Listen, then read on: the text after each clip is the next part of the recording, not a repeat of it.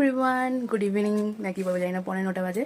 তো রেডি হয়ে গেছি, দেখতেই পাচ্ছ। অফিস থেকে এসে একটু কাজ ছিল, তো ওগুলো করে টরে যাচ্ছি ডডোর বার্থডেতে। ডডো মানে জানোই তোমরা, আদিতা সুমিতার ছেলে, আমাদের ফ্রেন্ডের ছেলে। তো এই যে ওই জন্য একটা ছোট্ট গিফট নিয়ে নিয়েছি। তো এখন যাই, কেক কাটা মেবি হয়ে গেছে, অনেক টাইম হয়ে গেছে না। আদিতা ফোন করেছিল, তো আমি বললাম কেটে নিতে, আমি আসছি আর কি। চলো যাই। একা যাওয়ার কারণ একটাই, কারণ ও সকাল সকালে আজকে ট্যুরে বেরিয়ে গেছে। তো আসবে স্যাটারডে বোধ হয়, সবাই একসাথে গেছি, গ্রুপ ট্যুর সারও গেছে সাথে।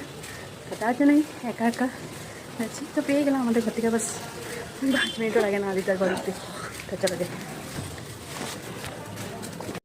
ডডো যে যার বার্থডে আজকে, হ্যাপি বার্থডে ডডো।